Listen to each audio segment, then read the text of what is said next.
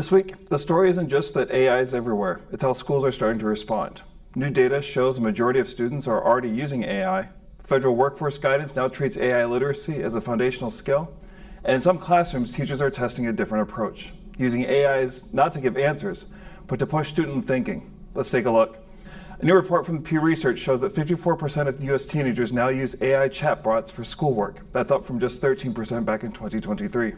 The most common uses: research, math help, and editing their own writing.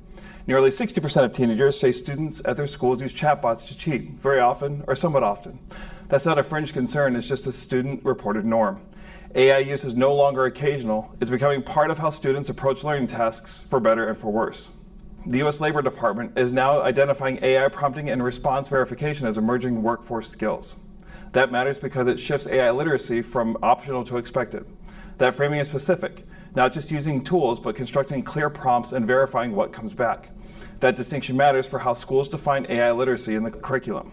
We're seeing classrooms experiment with AI in a different role. Instead of generating answers, some tools are designed to question student reasoning. At North Star Academy in Newark, in an AP US History class, a teacher built a custom chatbot trained on his course materials. Students first worked through this lesson without AI, reading primary sources and discussing the events as a class. Only after that initial analysis did they use the chatbot.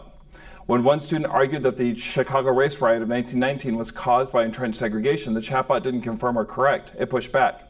Quote, "Let me push you on this. Segregation had existed for decades. What specific factors caused the situation to escalate the violence?" End quote. The student said she appreciated the response because it forced her to refine her argument. The AI isn't evaluating the answer, it's pressuring the reasoning. The design is intentional. AI doesn't start the thinking, it extends it. The idea is simple: use AI to extend thinking, not replace it. This example focuses on a common planning program. How do you redesign an existing task into a new format without lowering rigor? That process can easily take 20 to 30 minutes per task. That time adds up. This workflow uses Microsoft Copilot to compress that process without changing expectations. This is not about generating new tasks, it's about transforming existing ones without changing expectations. The teacher starts with a fixed learning objective and an existing task, then applies a 4-step process. First, anchor the objective. Second, define non-negotiables, things like required evidence, written explanation, and cognitive demand. Third, generate alternative formats using Copilot. And fourth, filter each option and reject anything that lowers the level of thinking. In this example, a grade 8 ELA argument task is redesigned. Copilot generates 3 formats: a constructed analytical paragraph, a structured evidence matrix, and a recognition-based selection task. Only 2 are usable. The recognition task is rejected because it shifts the work from constructing an argument to selecting answers. Same objective, same evidence, same thinking.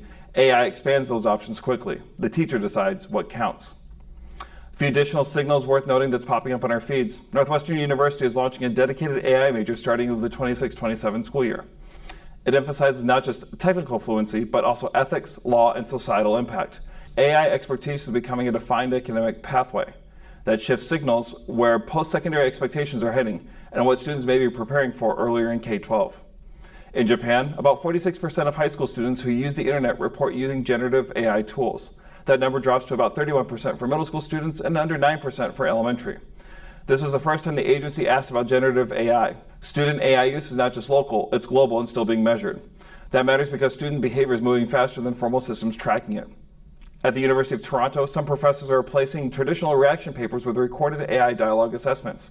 Students engage in a conversation with an AI agent, and that interaction becomes the assessment.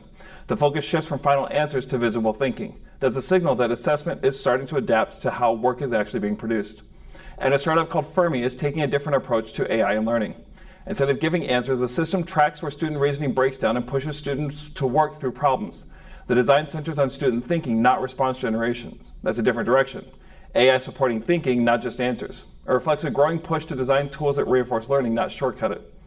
I'll leave you with one question as you think about AI in your practice. Where does AI help expand student thinking, and where does it risk replacing it? That's what we're watching this week, and I appreciate you taking the time.